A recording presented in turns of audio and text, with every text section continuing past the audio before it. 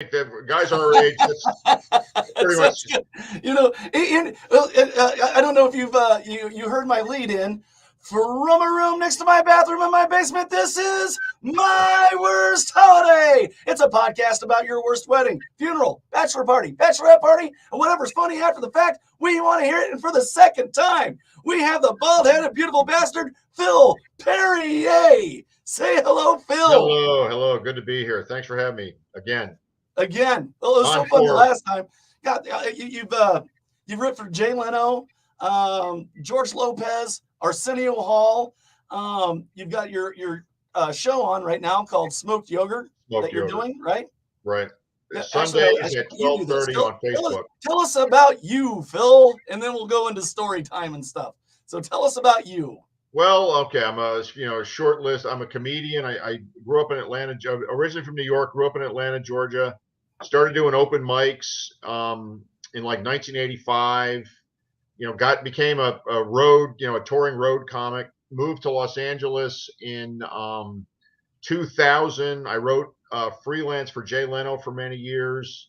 I got a staff gig in LA writing for the Arsenio Hall, the most recent Arsenio Hall show about 10 years ago.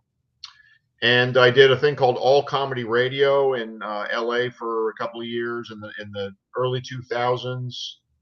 And I still do. I've got gigs coming up in Park City, Utah, when the Sundance Film Festival is going on in January. So I'm looking forward to that.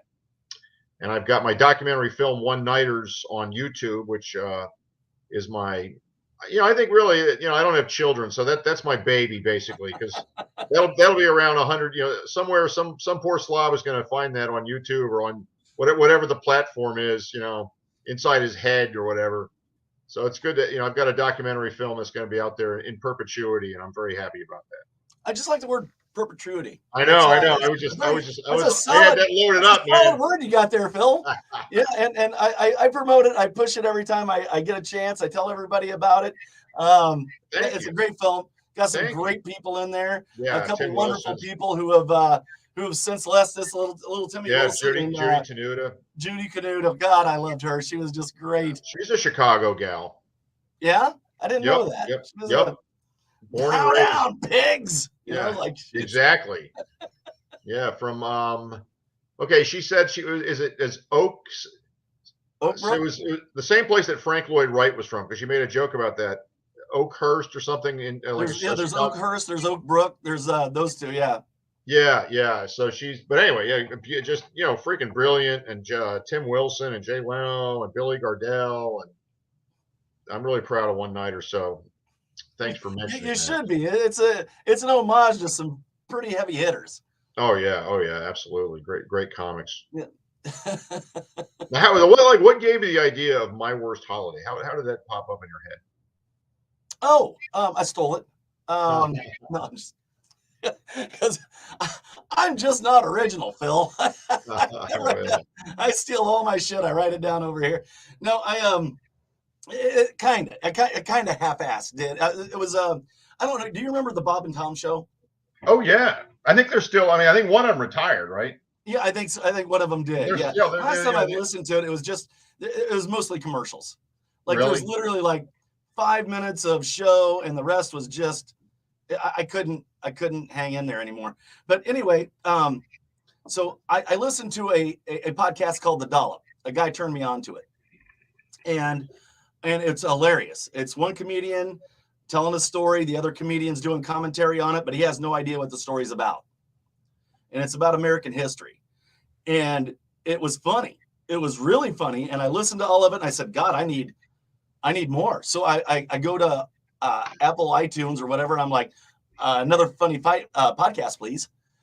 And what they were showing me and the numbers that these people were getting was just awful. I mean, what they considered funny was, I'm like, fuck, I'm funnier than that, So yeah. I'm like, I wonder how much it is to start a podcast. Well, for a single mic mixer, it's $100. Wow, nice. Look at that. The hard part was building the website and getting loaded up to Apple Podcasts. That was the hard part. We're on Apple now. What's that? Well, I'm on all of them. I'm on. Oh, no kidding. Yeah, like, I'm on roughly, every like platform. how many viewers, ballpark do you think on any given? Do they tell you? I don't even follow. I don't pay attention. I don't care. Yeah, me either. I do this because I love it. Yeah. So anyway, the Bob and Tom thing, the idea was I was listening to them and they were one Thanksgiving and people were calling in and telling horror stories about Thanksgiving. And it was just a scream. Oh, I've got a Thanksgiving. Let me write that down. Keep talking. I'm sorry. Go ahead. No problem. Yeah, it was just a scream. And so I'm like, you know what? Like, what if we opened this up a little bit, and really, you turned it into like just sitting at the bar with a guy and he's telling you the fucked up family story that he's going through, like, and then my mother-in-law, she killed my fucking donkey. God damn it. Like you're never going to run out of that material. Yeah. Because everybody's all fresh, new, raw material, and you're never going to run out of it. And I'm like, this is perfect. Yeah. And then I got, climbing the ladder, gotten to know more famous people, and started being able to bring on actors, directors. Like, what's the most famous, person you've ever had on? The most famous? It's probably you, Phil. Come on, man. Just give, like, there's got to be like a Major League Baseball player. Bruce Valanche. Bruce Valanche, yeah, he's the writer in Hollywood for many years. Yeah, for like the Oscars and also, yeah. Well, I bet he was a great guest, huh? No, I was maybe I pedestaled him, because he's got Tonys, and he's got Oscars, and I'm expecting this. He's just decorated. I'm just, yeah. You think he's gonna be like Robin Williams, just like joke. Yeah, and because my energy's here, and he was a nice guy, and it was a good show. He was very nice, and I was just kind of, I mean, you kind of have to. It sounds like on your show, you kind of have to be willing to talk about some embarrassing stuff, right? I mean, that's got to be, if you're guarded, it's going to be a pretty lousy show, I would think. Mm-hmm. And you never know. Yeah, I've had other podcasters on. Hey, Aaron, I'm talking to Phil Perrier. Look up his dossier. The guy's amazing. Aaron Hawkins, he's a director. A movie called Evil Lurks. Yeah, but anyway, what was I saying? Lost it. Okay, well, I said that if you're guarded, it's not the best show to be on. You got to open up a little bit. I've had people like Bruce, who was good. He was good. And then I've had just other podcasters on that wanted to promote their show, and I'm like, come on aboard, and have absolutely rolled me. I mean, rocking back and forth, That's great. Inconsolable, but so you never know. The beauty of this is you never know, and the other beauty of it is it's raw, it's real, it's not canned, it's not the Johnny Carson. So I hear you prefer the 9-iron. Well, so okay, when you were mentioning the Thanksgiving story, okay, so when I was in my probably mid-20s, I went to Thanksgiving with my girlfriend's family and with my mother. So I had basically 2 Thanksgiving dinners, and I could put it away in my 20s, right? Right. So then after all that is done, it's late afternoon, and I'm like, I'm going to go jogging at the track. This is in Atlanta. It was at the North Fulton High School track. It was like a quarter-mile oval, right?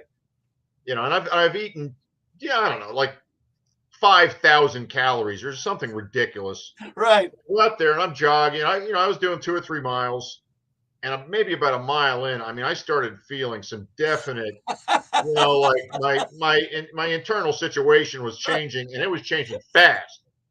And this, this is a football field. So, there were some hedges, but there wasn't a lot of cover. This wasn't like, I couldn't just like dart into the woods or something, you know what I mean? So, I just I scampered to the nearest bush and just kind of huddled down and pulled my shorts down and just let go and got back to it. But the moral of the story is cleaned up a little. Do not eat 2 Thanksgiving dinner. Even in your 20s, when you're just like Gumby, you're just like as rubbery and as healthy as you're ever going to be. Right. Don't do that. In fact, I would seriously maybe not even jog at all that day. Nobody jogs on Thanksgiving. Literally. No, I was the only one out there. There was no traffic. There was nobody at the. I think I had to like kind of sneak onto the field. I mean, it wasn't even unlocked. It was just God was telling me in every conceivable way, just don't. And then I did. So how much pumpkin pie have you had? Yeah, don't go jogging. Phil, don't go jogging. Man, it was horrifying. But that's and also you're talking about, you said that thing about I'm not original. And it reminded me, because like when I first started doing, I told you I started doing open mics like mid 80s. And at that time, the two hot young comics were Sam Kinison and Bill Hicks. If you remember Bill. And Bill Hicks, God. Yeah, Bill Hicks was like the comics. I mean, he was just so bright. And I saw him on Letterman, I don't know, 2 or 3 times. So the first tape, back then you're sending out a VHS tape of your act to try to get work. Right. And the first tape I send out, I had 3 stolen Bill Hicks jokes. This is Bill Hicks. So I mean, this ain't Carlin. I mean, these are very, very specific jokes. Right. And the booker lady's like, well, you're funny, but you did 3 Bill Hicks, and really, like as like that could have been an accident. Oh, that was his. Yeah, but 100 monkeys by a typewriter. They're going to write War and Peace. It's like. Right. And she gave me work. I mean, that's just how much work there was at that time. Even a lying, thieving sack of shite was, because then also, if you're going to steal jokes, I mean, Bill Hicks was, if you're going to do stolen stuff, he was a good guy to steal from. But I stopped sending out tapes. Well, you knew the jokes were going to land. Yeah, no, exactly. It's like he was a much better writer than I was. God, you're funny. I'm going to use your shit. I'm not getting half the laughs you are. And the funny thing is, people probably stole what they thought were my jokes. They were actually Bill Hicks's jokes. So fuck you, they were Bill Hicks's. And then I met him a couple times, and I did not mention that By the way, yes, thanks for getting me work, because I use most of your stuff on my tape. But, So we were talking about Bruce Leonard. Valanche. No, Leonard. We was talking the other day when we was texting back and forth. Leonard Charing. Yeah. Well, he goes by Bruce Leonard. Who the hell are you talking about? Oh, what else does he go by? He goes by on Facebook. Your buddy in Vegas. And his name is Leonard? Yeah. Because I know, Leonard Stair is a guy I started out doing open mics with way back. And now I think he lives in Portland. I don't know if that's the guy you're... he's friends with Dan. Dan actually told me to get a hold of him. Dan Friedman? Yeah. Right. Good. The co-star of One Nighters. Yes. And he was... Now, have you had Dan on? What's his name? God damn it. He's just got a new album out. What's his name? Oh, hold on. I'll have it in a second, because he's going to be my next guest. Adam Chancellor is what he goes by on Facebook. Okay. But his real name is Bruce Leonard. Kind of like Lenny Bruce, except for his... that's kind of weird, isn't it? Yeah. I thought that's who we was talking about the other day. And so we were talking about 2 different people. So he's got a new, because we was talking about, different comedians, but he's got a new album out, and it's funny. And somebody said, I think you're funnier than Dane Cook. And I go, was that a compliment?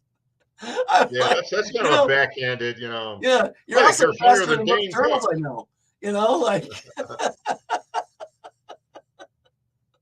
Dane Cook. I mean, that was because he was like Dice Clay. He was one of these guys that just blew up. I mean, just freaking exploded. Yeah. He's playing amphitheaters, and then a couple of years later, he's back at like the Funny Bone circuit. It's like, I don't know how you. I mean, I wish I had that problem, but I mean, it's. I went to see Bobcat Goldthwait about a month and a half ago, and he was just at a little club down in Peoria. Yeah. Yeah. He used to play, theater. But I mean, he's like directing movies now. I mean, I think he's putting his creativity into good places. Well, and I mean, Dice Clay. I mean, he was in that Woody Allen movie. Oh, he's a great actor. Yeah, I mean, who knows? Maybe 10 years from now, Dane Cook will be like. HBO had a series on called Vinyl, and it had had Ray Romano. The record industry. What's that? Well, it was about the record industry, right? Yeah. It had Ray Romano in the 70s, and he played just an incredible part. And Bobcat lives by Aaron. That's cool. So he played an incredible part. He's a better actor than he is comedian.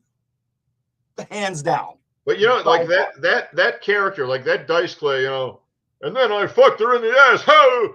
Even to this day, Jon Stewart will sometimes like when Jon Stewart, like on the Daily Show, would say something really bombastic.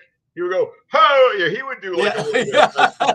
If you were a Jersey comic in that, I mean, Dice was just so charismatic. He just he was like this. Like if Elvis and Rodney Dangerfield and a biker had a kid, he was like, I want to be that invulnerable. I want to be that bulletproof, Right. But yeah, no, he was a monster. He just crushed him, Yeah, he was big. He was very, very big. I agree. Thought, like when I first moved to LA, I saw Dane Cook at the Improv, and I thought and I said to my roommate, who was also a good comic, it's like he's doing kind of like really average material, but he's acting it out. Yeah. So, he's so animated. He's like, why did the chicken cross the road, man? It's like if you work that hard, it's like, all right, we'll laugh. Like, Yeah, and the ladies like to look at him too, so they like to promote him a little bit more. Girls like him because he's good looking. And exactly, because like I'm like listening to his jokes. He's like, yeah, dude, yeah, I want to come to your party. You invite me to your party, yeah, dude. Your directions you gave me, it's got like, there's like a sign, but it's behind a tree that's from like the Mesozoic era. Yeah, and I'm like, if you just crashingly average material, but like what the shit out of it. Yeah, I'm like, okay. Yeah. But he got famous. I think it was back in the days of MySpace. Yeah. He got like, millions of followers. He bypassed the gatekeepers, kind of like, Bieber did with YouTube. And, it's like nowadays, if you get famous, it's on YouTube. It's not going to Hollywood and kissing ass. And then they get you on this and they get you on that. Right. The proper channels are completely different now, Absolutely. Who's the God? Do you watch Hot Ones? I have not seen Hot Ones.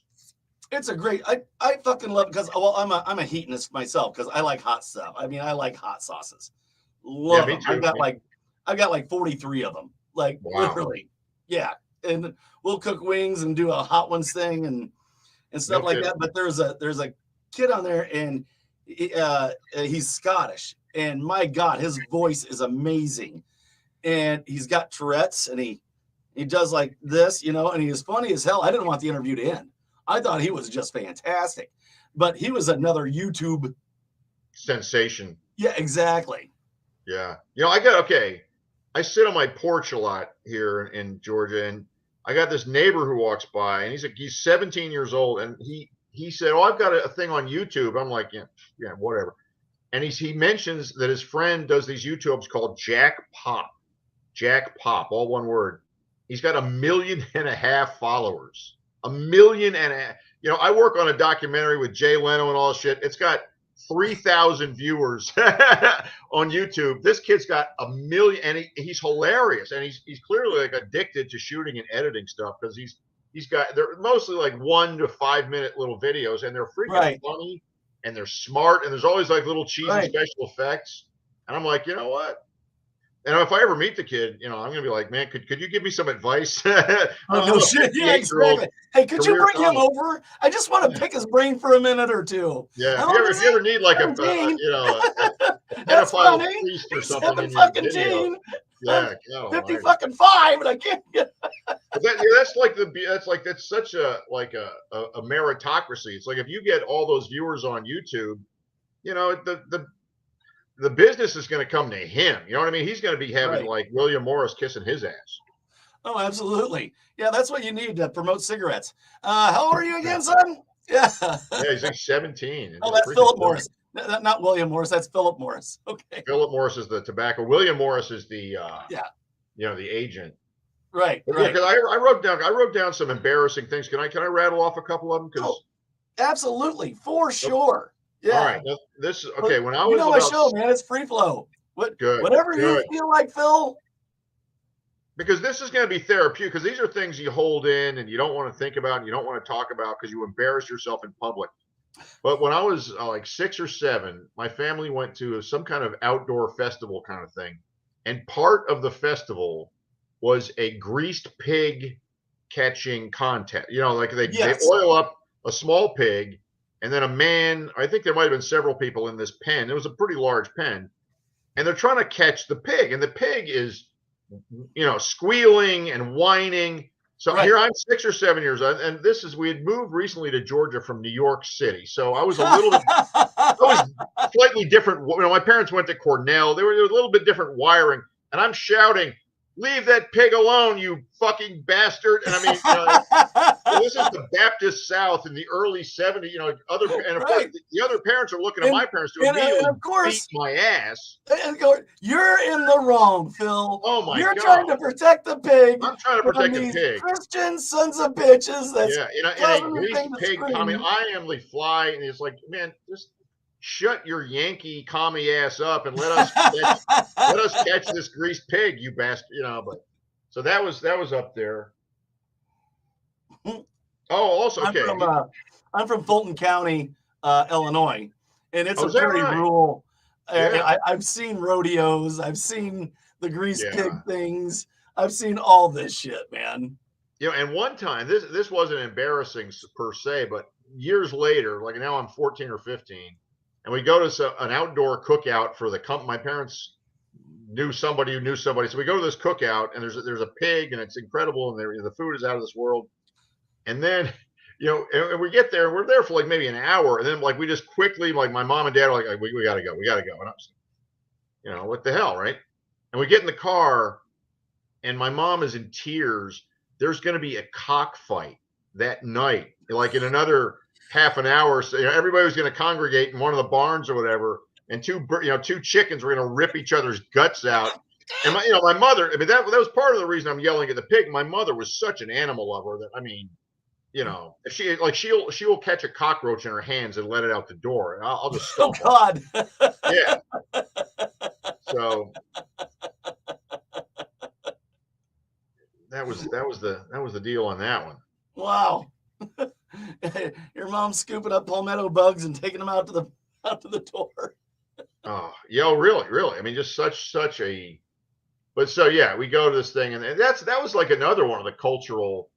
We moved to Georgia in the early '70s. I mean, if you think about it, like segregation ended in 1964, right?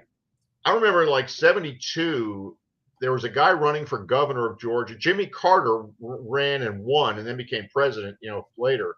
Right. But this guy was named J.B. Stoner, and he was a former Klansman. He was kicked out of one of the Alabama Klan chapters because he was too racist. I mean, I don't know what do you have to do, right?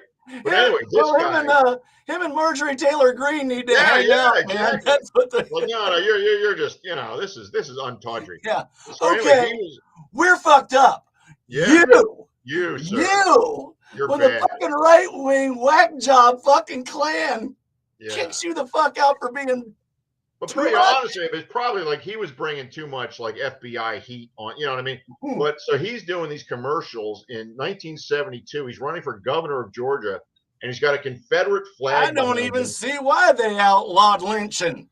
Yeah, well, and he said, I'm J.B. Stoner, and he was a lawyer, and he represented James Earl Ray, who shot Martin Luther King. Well, that's a sidebar, but so he's got this like 30-second commercial. He's running for governor. He's got a Confederate flag behind him. And he's saying the N-word are trying to take away our white women. I mean, we're like, it's like we're Jewish people who moved to, like Warsaw, Poland in 1945. Exactly. My God. What the hell are we doing here?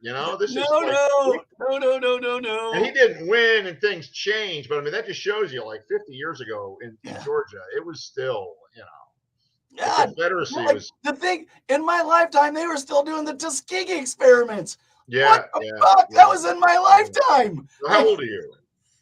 55. I'm 50. Yeah. I mean, think about it. Like, segregation ended like, shortly before you were born. I mean, 64. Yeah. 64 or 65, somewhere around there, Johnson. Yeah. Another one. Okay. This is a movie related. Did you ever see the film Field of Dreams? Yes.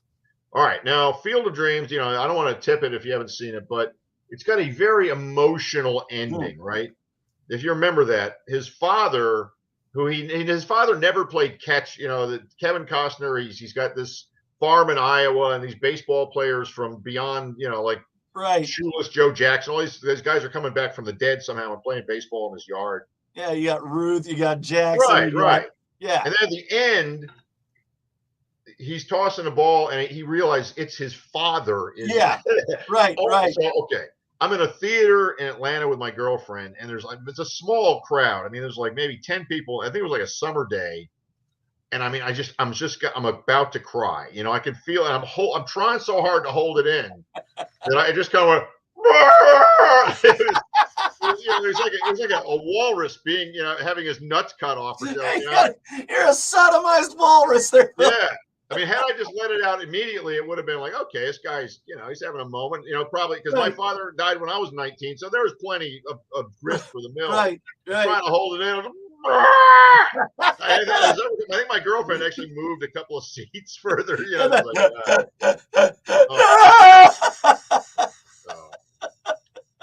I was crying like a little bitch. I mean, that is like one of the ultimate, I think, man cry type movies. Well, thank God. I don't know why it hit me like that. I just moved into this apartment, and all I had was terrestrial TV. So I had 3 channels basically. Yeah.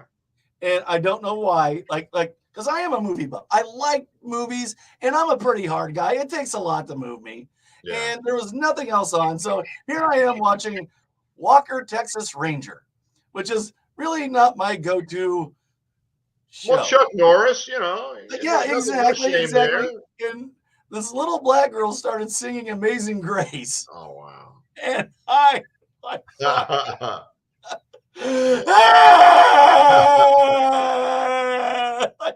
yeah, and you're walking. I'm like wiping my face, my tears. Like, what the fuck is wrong with you? Your wife is like, "What are you watching? Walker, Texas Ranger, honey." The show always gets me. Really pulls at my heartstrings.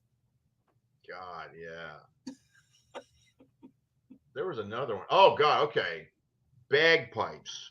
For some reason, because I guess when I was a little kid in New York, we go to any like the Macy's Day, any parade. In New York, there's gonna be bagpipes. Right.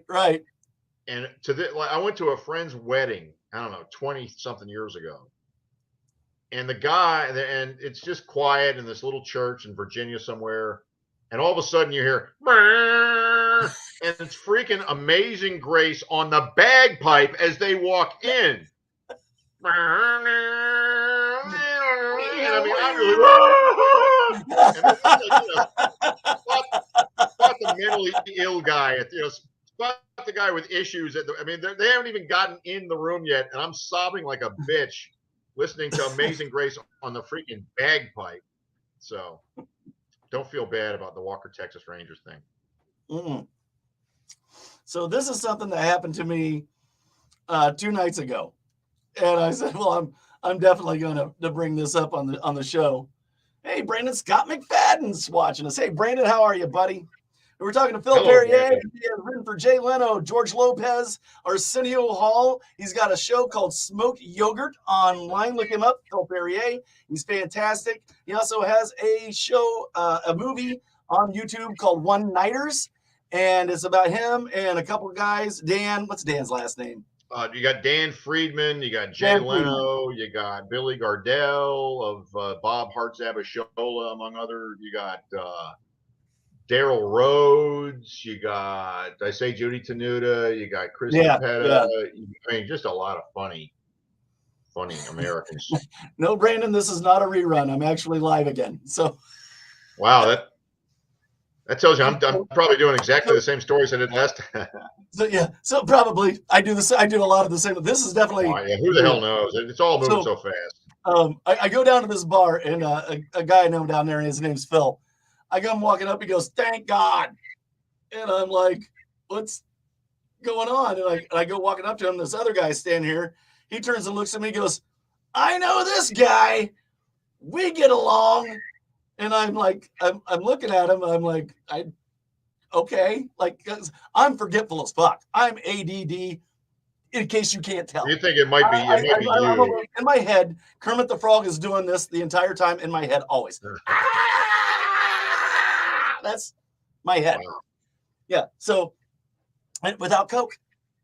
So anyway, the guy's like, he's like, I'll buy you a drink. I'll buy you a drink. And I go, I drink scotch, man. I'm not sure you should buy me a drink. And he goes, no, it's on me. It's on me. Hey, when's the last time you seen Jason? I go, I don't know who the fuck Jason is. I don't think I know Jason, dude. I really don't think I know you. Anyway, yeah, come on. So we go in, and the girl, he goes, I'll have one too. And they brought in this one scotch for me. It's called Monkey Shoulder, which I like. It's a blended scotch, but it's not too expensive, but it's decent. And she pours me 2 fingers. She pours him 2 fingers of scotch. And he goes, cheers. And I go, salute. And I click the glass, and I took a sip. He throws it down. Just 2 fingers of scotch. Wham. The other finger came out his nose. I mean, just fucking, just dripping. He's like, which is why you don't do that with scotch. He's like, and I don't know if you've ever had scotch come out your nose or any heavy alcohol. It ain't great. Yeah. You've had better days. Yeah. So he's like he's like blowing his nose. It's just still fucking leaking all over him. And he looks at my buddy Phil and he goes, you're a bricklayer, right? And the guy goes, Phil goes, yeah, one time I was. He goes, why I get you? I'm going to get you back in the union. You're going to be a millwright. You're going to be a millwright. And he's like, no, man, I don't think I can do that. And he's like, yeah. He goes, I'll get you in right. I'll call my boss right now. I'll call my boss right now. You know, I'm going to call him right now. And he's like, what do you do? And I'm like, well, I'm commercial, you know. And he goes, well, I'm calling him. And Phil goes, I have ALS, dude. I'm dying. So I'm going to call him right now. And I'll get you in the union, you know. And so still goes past him. So he calls his boss. He goes, hey, I got 2 guys here. I want to get in the union. And I go, yeah, well, you got one. I'm good. And Phil goes, I've got ALS. And he goes like this. He goes like this to his boss. Well, one of them has ALS. Is that okay? God almighty. When opportunity knocks, you know, you just got to get on it is the point here, right? He's like, Phil's literally like, dude, I got ALS. I'm dying. And the guy's like, yeah, I'll get you on. So here, hold on. I'm going to call him right now. And I just imagine his boss on the other side of the fucking phone going, ALS. Yeah, man. His boss, like, I should have fired this guy 3-4 years ago. Easy. With these drunk calls, you know, he's calling the boss. He's literally, he's got him on speakerphone. He goes, one has ALS. Is that all right? Who's Al? What are you talking about? Yeah, exactly. Is not driving a stick shift because I couldn't drive a stick shift until I was 34 years, and that was a traumatizing. Because how old were you when you learned how to drive a stick shift? 15. Yeah, see, that's what I keep getting. It's like 13. You know, people learned on the farm when they were 12. So I'm living with my ex-wife, and and the thing was, like, all through my formative years, there'd be times where people are drinking, and they're like, "Here, Phil, you drive." I'm like, "Is that a stick shift?" Well, I can't. And they're like, "What are you, a fag?" I mean, really, I don't mean to disparage the BLTG community. I mean, that's exactly the word. Things we can't say anymore, Phil. And I bet. I mean, my guess is gay guys probably drive a stick shift pretty well, you know. Yeah, but yeah, I learned how to drive a stick shift. This just feels very right. Yeah, and the feet. Why is this comfortable to me? Yeah. So so, and then so like a few years later, or 2 years later, maybe, I learned how to drive a stick shift on my wife's Toyota MR2, which is apparently a good car to learn on. And then my mom and I go to France, and you can't get an automatic in France at a rent-a-car, right? So we get the rent-a-car in Paris, and I've got to drive out of Paris to get to my aunt's house in the south of France. And there's about 20 roundabouts that I've got to navigate. And I can't, and it's in a Renault van that stalled. I swear to God, we stalled 50. My mother is just like, well, now, did it stall, Phil? Or did you just fucked no, it up. it was completely user error. I mean, it was my fault because I mean, I was like barely able to drive a stick shift, and if you're driving in daytime Paris traffic with 1,000 people on your ass, I mean, this is who the hasn't worst. been there? Yeah. No. I've been through Atlanta at fucking 3 o'clock on that fucking interstate in an automatic, and that wasn't no fucking fun. Yeah, no, yeah. Phil Perrier is from Atlanta, just to give perspective to this. Yeah. And he's a great comedian. Everybody else that's just watching. So. Well, thank you. That's not. I think I'm a good comedian, but I'm a great writer of late night monologue material. Well, and I think One Nighters is the only film of its kind. You know what I mean? Yeah, it is. I have not seen, he wrote for Jay Leno, he wrote for Arsenio Hall, and he wrote for George Lopez. So anyway, go on with your Renault. I'm just going to say that. I mean, it was just the absolute. And my mom doesn't drive. She didn't have a. Although ironically, she did when she was like 17 years old. She learned how to drive. She was living in Venezuela, and this is like in the 50s. And her parents said to her, they said, "Look, this is a corrupt country. So if the police ever want to pull you over, you might get raped and murdered. So don't." So she hits a police car. Oh God! Yeah. She's then running from the police car. She hits another police car. The guy she's sitting next to another American student. He takes the wheel and they get safely out of there. And she never drove again for the rest of her freaking life. It's like, I don't want to get in a crash. Yeah. They're gonna fuck me. Oh yeah, and I mean, I don't know. That may or may not have been true, but I mean, it's just like one of those third world countries, and my grandfather was making a good money working as a lawyer for oil companies, and if his daughters got abducted, that's just collateral.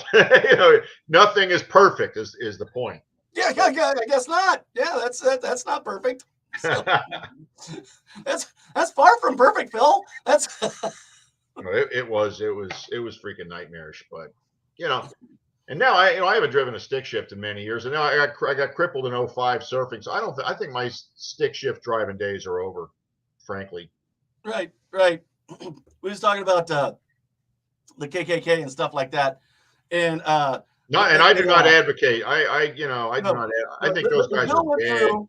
The bill went through that those people that didn't want to make a gay cake for the gay couple. Okay, now I'm very liberal. I'm like, if I have a stroke, I hope it's on my left side so I can lean as left as possible. So like I'm as left, and my wife is like, those sons of bitches. And I'm like, stop. This is a good thing, because say you own a cake shop and a Klansman comes in and he wants a KKK cake. I know there's a. Now we can tell them you own your own business. You got to tell people what you want. Yeah. I'm not making your fucking KKK cake. So, like, what if somebody comes in there and go, look, I want you to make my birthday cake look like the sexiest beagle. A beagle with a firm little ass. I mean, then it's like, well, exactly. Do you make the cake? Do you not make it? Where do you draw the line? Licking my dick at the same. Yeah, no. Like, I want this birthday cake to have I want Hitler's face, right? And it's like, well, I don't want to do Hitler's face. I want to do Charlie Chaplin's face. I'm going to say no to the neo-Nazi cake. So no cake. So, I'm guessing these choices don't come up in the baking industry that often, but it's a story pops up. If it does, yeah. You gotta go with your heart. Big supporter of the LGBTQ circle gets a square community. That's my. I love these people. I love so many of my daughter's friends are gay, and they're always over at my house, and I love all of them. Now here's okay. Now Bill Maher has been talking about this up until the strike, of course, and I think it's true that it's like in our era. We're both in the you're a little younger, but I mean, being gay was, I don't know, like 2%, and transsexual was extremely rare. I mean, that was like freaky deaky. That was like there'd be a thing on 60 Minutes about it. They're all still there, Phil. They're all still there. I know, but it doesn't assholes. I think the younger generations now, there's a hell of a lot. The percentage of gay, trans, and non-binary, it's much larger. I mean, I don't know, like, what conclusions can be drawn from. And like Bill Maher was like, well, how can it be that there's like more gay kids in LA than there are in Youngstown, Ohio? You know what I mean? There's not. Can it be regional? By population, that's only it. That's it. Just by population. Well, I mean, I think his feeling like was like if you're in Berkeley or if you're in New York, you're in some super liberal place. It's like kids are almost being encouraged. They're almost being pointed towards the, like if you're going to Berkeley and the first day of school, they're like, how many of you kids are non-binary? Every hand is going to go up. You don't want to say, no, I'm just like a boring old fart like my mom and dad. I like pussy, Yeah. Or when I was in high school, and my buddy's brother, he was gay. He was gay. He was gay. He was gay. Like I knew he was gay. We're sitting there, we're drinking beer, and we're just shooting the shit. And he goes, "Oh," and then that Kelly walks by me, and I'm like, "I just want to fuck you." I'm like, Brian, God damn it! And finally, he graduated. He got the fuck out of our small little town, and he went in the Navy, and he next thing you know, he's like, "Hey, guess what?" I'm like, "You're gay." He's like, "I'm gay." I know, Brian. God damn it! Like,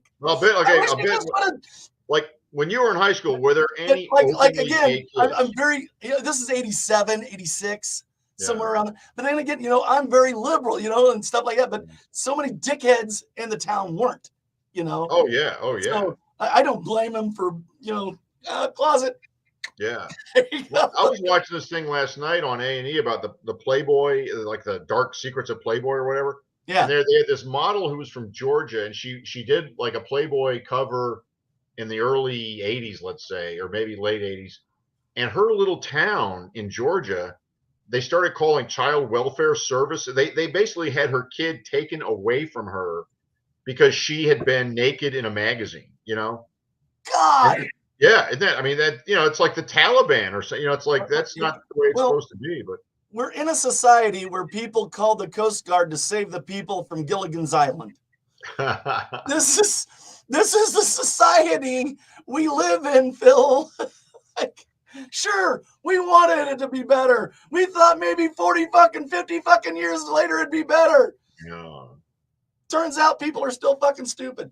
I know. It's like after 8 years of Obama, we're like, oh God, we're such an enlightened. And there's like, pow! Looks like we made it. Yeah. Donald Trump is like he's like Hiroshima and Nagasaki. We're like, oh, we're still assholes. We tried. What do you get next? Well, here's this orange fucking Muppet that doesn't know what the fuck he's doing. We love him. MAGA. I've got a Donald Trump. There it is. Can we see him there? Is it? Exactly. How's it going? How about if we just inject disinfect? And this is what I call his Formula 409 initiative, by the way. Why don't we just inject disinfectant? I know, or shine a light inside their body. That always. Did you hear my joke? The Formula 409 initiative. Oh, I get it. Like a deep. Yes. Like Formula 409. Yes. God damn it. I'm sorry. I'm slow. I thought that was going to land better. I really thought that was going to land better. There are probably people out there in Radio Land laughing heartily. But like there's like my wife's friend, she got it right off the bat because I held on to that for it was like a month and a half. Like it was a month and a half. I held on to that, and I was waiting for the right time, and I fucking hit it. And I had an audience of 3, and then 2 people laughed, and I'm like, well, it was in my garage, so that's why it was man. Yeah, his Formula 409 initiative that failed. I'm thinking about there's this one story that I don't know if I told you last time. Though I encouraged it for many people.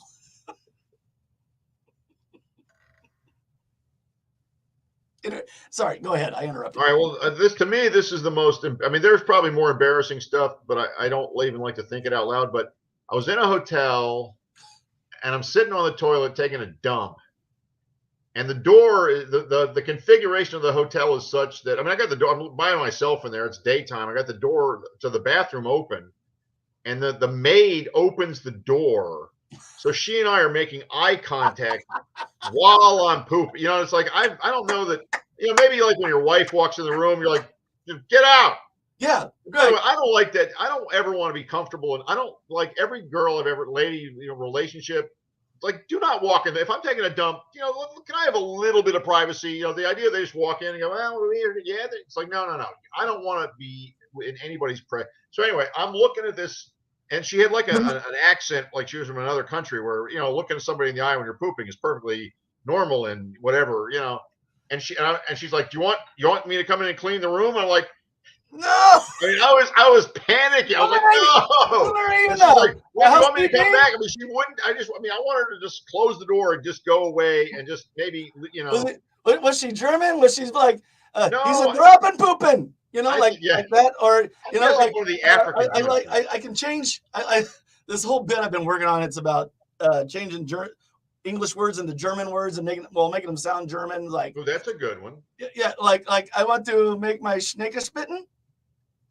Schneekespitten? Yeah, maybe I'll do a little muffin diving. Oh, yes. Yeah.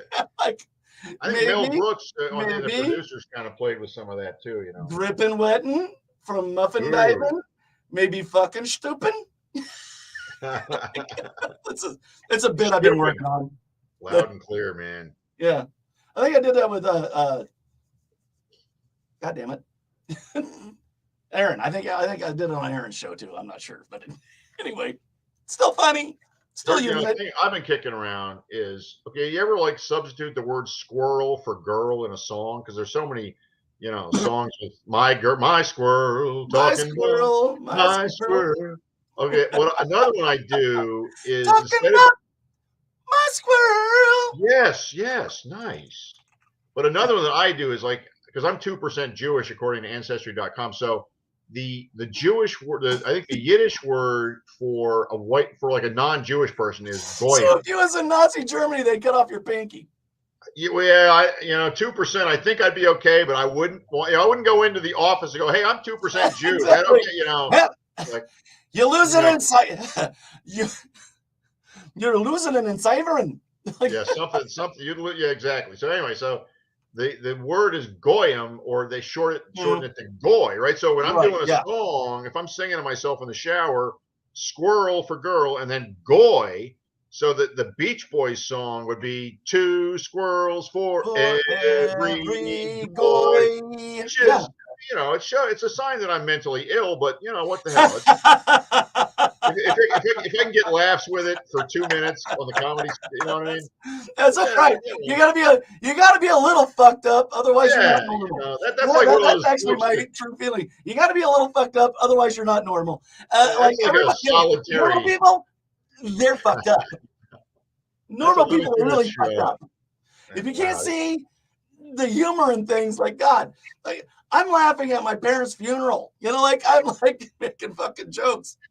Yeah, no. If you're a humorous person, you're gonna find humor in Dan. Okay, when I was a little kid, I was with my mom and my brother. We're watching. I think it was like Night of the Grizzly. I think Clint Walker was the star, and it's about a giant bear that's terrorizing a community in the Old West. And then in one scene, they're showing bear tracks in the garden, and I guess they're squash or something. I'm like, ooh, look, it's bear eggs. And my mother and my brother laugh, and for years they were like, that was the best joke. I wasn't kidding. I mean, I've done that. I've done that so many times. Yeah. I just said something fucked up, and then it turned out, oh, you're hilarious. Yeah, you're great. No, I'm an idiot. And I'm like, and it took me a minute to click. Oh, I got you. I was young. I didn't know if bears laid eggs or right. But anyway, I've definitely been there. I've said something really fucking stupid, and then everybody goes, "Good one," and I've been like, "Yeah," you're like, "Oh yeah, man.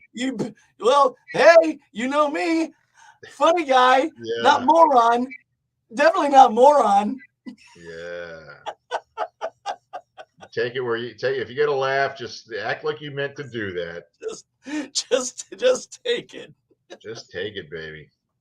And it happens when I do double entendres a lot of times. Like, give me an example. I can't. I wish I could bring one. I know that I do it with double entendres, but I just can't. I don't have anything. Yeah, I can't think of a double entendre. But I'll tell you what, was it in Chicago where there was a baseball announcer who said something about going to the Negro League Museum, and instead of saying Negro, he said another word similar, and he got fired. He'd been with them. Yeah, he got fired. Yeah, 20 years he'd been with that team, and so Ixnay on the, yeah. You don't do I would avoid. Yeah, I mean, I wouldn't even say Negro. I don't know what the fuck. I think I would just have the other guys. It's just because nowadays, it's so uptight, and people are like waiting to pounce on something. Yeah, but yeah, I stay away from and I try to stay away from any obviously, your mind's your mind. Things jump in there, but you just that's the beauty of being intelligent. Well, or just you stay away from like abortion or politics or stay away from everything and just be fluid. But yeah. But your mind is probably like clicking. It's like, oh, I can't say that. Oh, I can't say it. Man, you got to mitigate that. What was it? What? Oh, God damn it!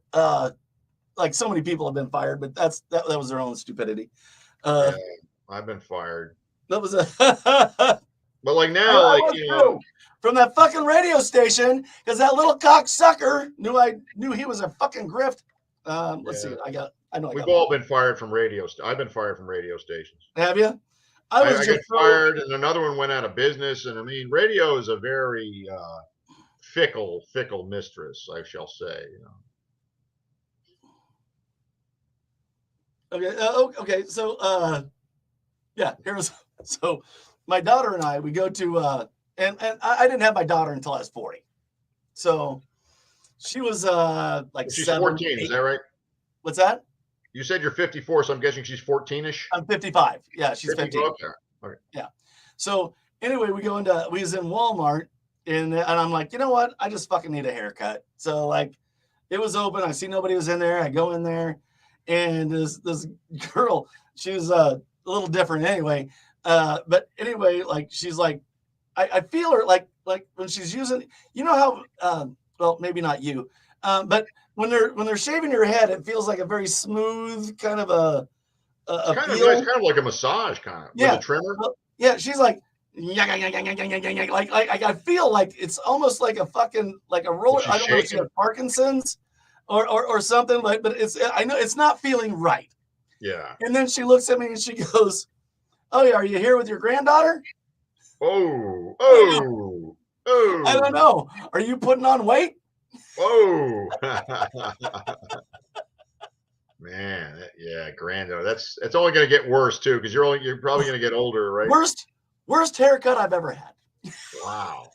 Did she finish it? Yeah. Well, yeah. Again. This was not a happy ending. Halfway through, it wasn't going great to begin with, and then it just got progressively worse after the whole weight question. So it was. Golly. Like, no, that's my daughter. By the way, are you putting on weight? Yeah. One time when I was waiting tables years ago, I asked a lady when she was expecting, and she was not. So that's even worse. Yeah. It's like, oh, so, because she just had that, like that. Man, I never did that. Even if a woman is like obviously pregnant now, I leave it the hell alone. What was that show? Paul Reiser, Helen Hunt. What was the name of that show? Mad About You, right? Mad About You. And they had the episode, and he's sitting next to what he thought was a woman and thought she was pregnant. He goes, Can I just feel it? Oh. And she goes, yeah. He goes, well, I don't feel a kick. He goes, you're a man? She goes, oh my God. You thought I was a woman? Like, it was so. So it was a man, not even a pregnant woman. Right. And certainly not a pregnant man, but right. Who am I to guess about who can do that? It was like the writer on that one was fucking fantastic. Whoever wrote that bit. Yeah, well, that's the lifeblood of comedy, right? Get somebody into some completely awkward nightmare situation and see how the hell they weasel out of it. I can't even hardly watch Curb Your Enthusiasm. It's so like I get secondhand embarrassed so bad. I can't even and to know that he's sociopathic about it. Like he doesn't mean any apology he does. He has no like feeling of repercussion or empathy other than for himself. Yeah. And like he's the constant victim of things that he does to other people. and like like he does fucked up things to people and then he's the victim for it in his own mind. And it's so embarrassing that you just can't you're like I watched Curb Your Enthusiasm like this. Yeah. I can't even watch those shows like Punk'd and people getting pranked. I hate them. I can't watch ever go to improv. Practical Jokers, and Practical Jokers is the worst fucking thing I think I've ever seen in my life. Really, I couldn't even watch it. No. I don't I've been to comedy clubs where they're doing improv and like, oh, give us an idea. I feel nervous for the people on stage. Here's the difference. Here's the difference with Impractical Jokers, is that you're taking innocent people and you're literally putting them horribly uncomfortable and being horribly bad to regular people. And I'm not like, I like to make people laugh. I love it. It's my favorite fucking thing on the earth. Like when I feel that, I feel redemption in my body, in my soul. I feel elated. I feel great. It's the best feeling in the fucking world, but not if I'm hurting somebody intentionally. Yeah. Like I do shock. Like I'll put and I got this from Penn and Teller. Greatest fucking joke ever. You put a crunchable piece of plastic under your arm in your coat and you pick up their pet and you go, when's the last time your dog's been adjusted? And then you turn the dog's head and then you crinkle the plastic. And it really sounds like the dog's neck is. Wow. And I literally had people go. Like a cartoon with their eyeballs. Yeah. Oh, he's all fine now. Go get him, Scruffs. Like, what the fuck did you do to my dog? Great Penn and Teller. I got one more embarrassing thing, and then I got to go in a minute. But that sounds good. We've been on for about an hour, and I fucking love you. You're amazing. Thank you. This is the most fun show. But okay, so I'm in high school. Stop it. I brag about that all the time. Like they're like, you think you're funny. Not only me, but I've got video evidence that I'm fucking funny. So yeah, absolutely. No, it's good to have that hard copy. So yeah, okay, I'm in high school and we just got done from basketball practice. I'm standing out in front of it's still light out. And I'm standing in the driveway of the high school, like right in front of the whole entranceway. And there's just people sitting and milling around. And one of the guys from the team came up behind me and I'm wearing like gym shorts and undies. Pantsed you. Right, and just pants me. But he got both the gym shorts and the tighty whities under. I don't know. I don't know what. But I look down and I mean I've got all my pants are at my ankles. I'm seeing my flaccid and I'm just like broad. I mean it was surreal. I mean I'm just like. And I quickly bent down and it's like people, and the thing was nobody said a word. We were in line. We were doing a practice graduation walk in high school, and my buddy Brad and my buddy Kenny walks up to behind Brad, fucking pantses him. Brad's a fucking elephant. He's got a fucking. And he just like, Brad stands there for a second, looks around, takes his time. If I was an elephant, I would have been paying people to pants me in front of girls. I would have been. Did you, Kenny, were you looking for applause for Brad? Because I don't think that's. Yeah, that backfired horribly. This guy's carrying a fucking bat, like he's like, he's not even, he's like, whatever, like me, I'm like, God, yeah. Gentile, white, fucking, like, yeah. Good point. I look like I've been swimming. Me too. It was like, It drew no ire whatsoever. Anyway, man, it was a gas once again, and always a pleasure. Phil, I want you to tell everybody about you real quick before you leave, and then I'll close out. And then if you got time, I want to talk to you after just for a minute or two. Yeah. Okay, yeah, I'm a comic. I've got shows coming up in January in Utah. I've got one-nighters on my documentary film about comedy on YouTube. One-nighters. I've got my podcast, Smoked Yogurt, 12:30 on Facebook. And that's about it. I've got 2 cats. I'm happily divorced. And ladies and gentlemen, if you have not met his 2 cats, that's what he's really famous for. Gina and Lily, they're fantastic. And Mittens, actually, they're Indian, so it's Fluffy Nose and Toes, and Cottontail Tittywinks. But they're Cheyenne. Yeah. Not Asian. Either way. But this guy has written for Jay Leno. He's written for Arsenio Hall. He's written for George Lopez. He's cutting himself fucking short. This guy is a monster. He's been in the industry for a lot of years. He's fantastic. Check out his show on YouTube called One Nighters. It has so many great comedians on there that you're never going to be able to see live again. You're never going to see them be live again. They're fantastic. As for me, you can give me money at Patreon, at My Worst Holiday, at patreon.com. You can always, you know what? Give us money. Give us fucking money. If you like a show, give us fucking money. It's the easiest thing to do. It's the cheapest thing you can do. Just $1. Yeah, cheap fuckers. Anyway, love you all. And from a room next to my bathroom in my basement, this has been My Worst Holiday. All right. Good night, everybody.